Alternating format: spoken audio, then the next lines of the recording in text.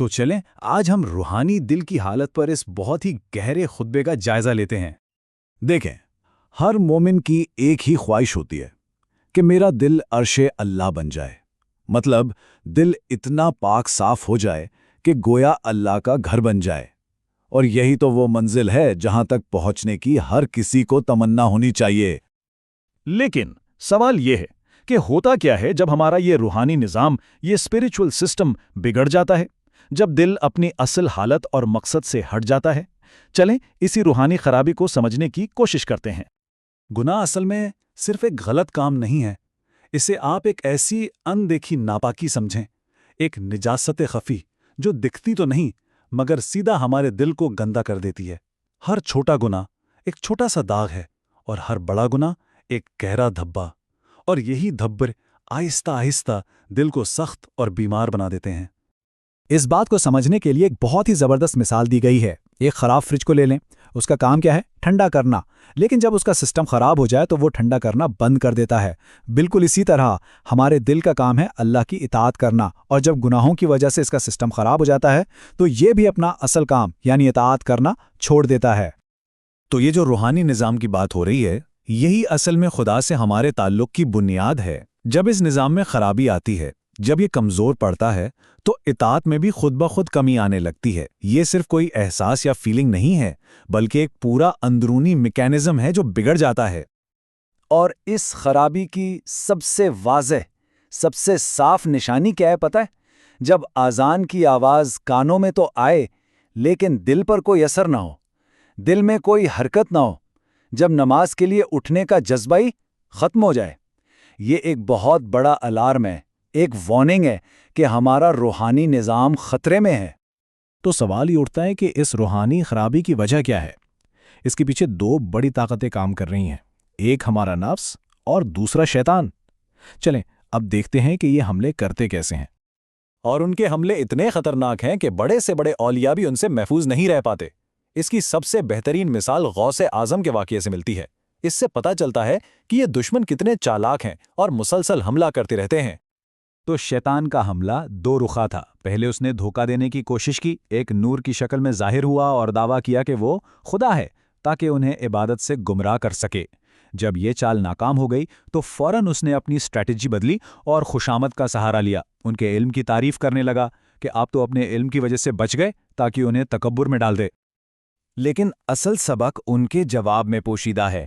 انہوں نے فوراً کہا، مجھے میرے علم نے نہیں بچایا بلکہ یہ میرے رب کا فضل تھا۔ یہی ہے اصل طاقت، اپنی قابلیت پر غرور نہیں بلکہ ہمیشہ اللہ کی رحمت پر بھروسہ کرنا۔ اور یہاں ایک بہت گہرا سوال پیدا ہوتا ہے، ایک سوچنے والی بات ہے کہ اگر اللہ کے اتنے قریب ولی بھی شیطان کے حملوں سے محفوظ نہیں، تو ہم جیسے عام انسانوں کا کیا حال ہوگا جن کے پاس ویسی روحانی حفاظت نہیں ہے؟ تو بیماری کی تشخیص ہو گئی، وجہ بھی سامنے آ گئی۔ اب بات آتی ہے علاج کی، اور اس کا علاج ہے نفس کا احتساب یعنی سیلف اکاؤنٹیبلٹی، اور اس کے لیے ایک چراغ کی لو سے بہت گہرا سبق ملتا ہے۔ یہ ایک بہت ہی پریکٹیکل طریقہ ہے۔ دیکھیں، جب بھی دل میں کوئی گناہ کی خواہش پیدا ہو تو اللہ کے ولی کیا کرتے تھے؟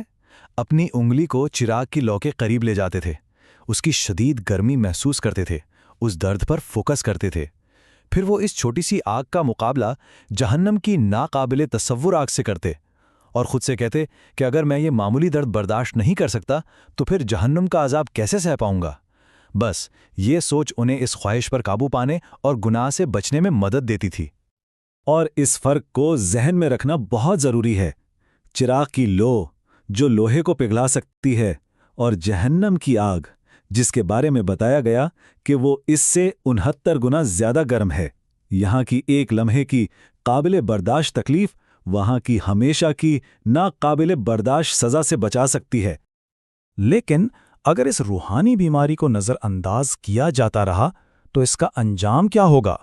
انجام سیدھا قبر کے عذاب کی صورت میں سامنے آتا ہے، اور یہ ایک ایسی حقیقت ہے جسے بھلایا نہیں جا سکتا۔ اس معاملے کی سنگینی کا اندازہ اس حدیث سے لگائیں جس میں نماز کو ضائع کرنے والوں کے لیے ایک سخت ترین وارننگ ہے۔